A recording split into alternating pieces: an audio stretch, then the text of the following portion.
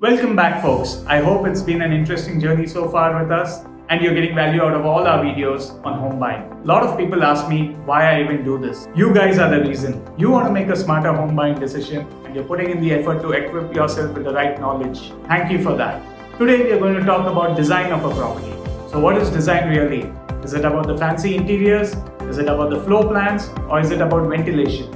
Actually, design is all this and much more. It is what finally decides how livable your home is, which has a significant impact on your mental and emotional well-being. If you have kids, wouldn't you want them to grow up in a home with positive vibes? That's what design ultimately does for you. However, you do not need to be an architect to understand the essentials of design. You just need to track 3 essential metrics, which I like to call the trifecta framework. So let's dive into it and find out what this framework is all about. Yeah, I like to make frameworks, it's easier to remember for all of you. So the 3 elements of a framework are density, ventilation, and circulation. Density is nothing but how crowded the property is where you live. It is highly relevant in the case of group housing projects. You need to check the density on the following parameters. How many apartments are there per acre? How many homes are served per elevator, right? What is the total area per home of the clubhouse, right? And number of flats per floor. These factors really determine the quality of life you lead.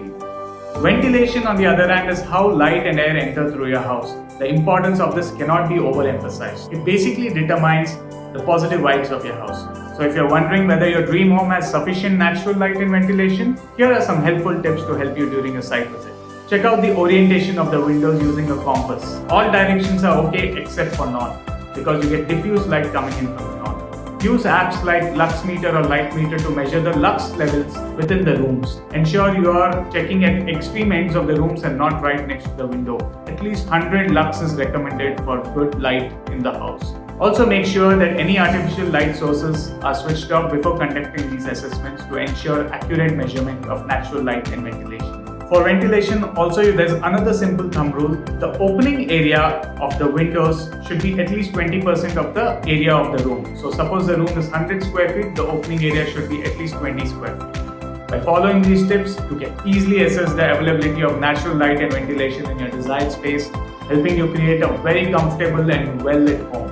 Finally, the third part of the trifecta is circulation, which basically means the ease of movement around your home, which is affected by the size of your rooms and the furniture layout inside the house. You need to identify the potential obstacles which could create bottlenecks or pinch points. You need to figure out how you would walk around the house with all the furniture set out by just looking at the floor plan. You need to consider the common paths which people would take from, say, the bedroom to the bathroom to the living spaces to the kitchen. There should be no obstruction there, nor should there be any inefficiency in that. You need to consider the furniture placement near doorways. Make sure that the doors can be fully opened without hitting or obstructing any of the furniture. Finally, you need to consider furniture sizes. A lot of mock-up apartments shown by developers have furniture which is actually slightly smaller than what they should be. This makes the room look more spacious, but which will not be the case when you actually furnish your house and suddenly you will feel it very cramped. So just ensure that you check out how the house will look with actual size furniture. Other design parameters which you need to keep a track of are carpet area, the balcony area, the distance between 2 towers, the privacy of your house. You don't want people looking into your house, right? Or the door sizes, the bathroom sizes, the kitchen layout, is it very efficient? And finally, the foyer space at the entrance of your house.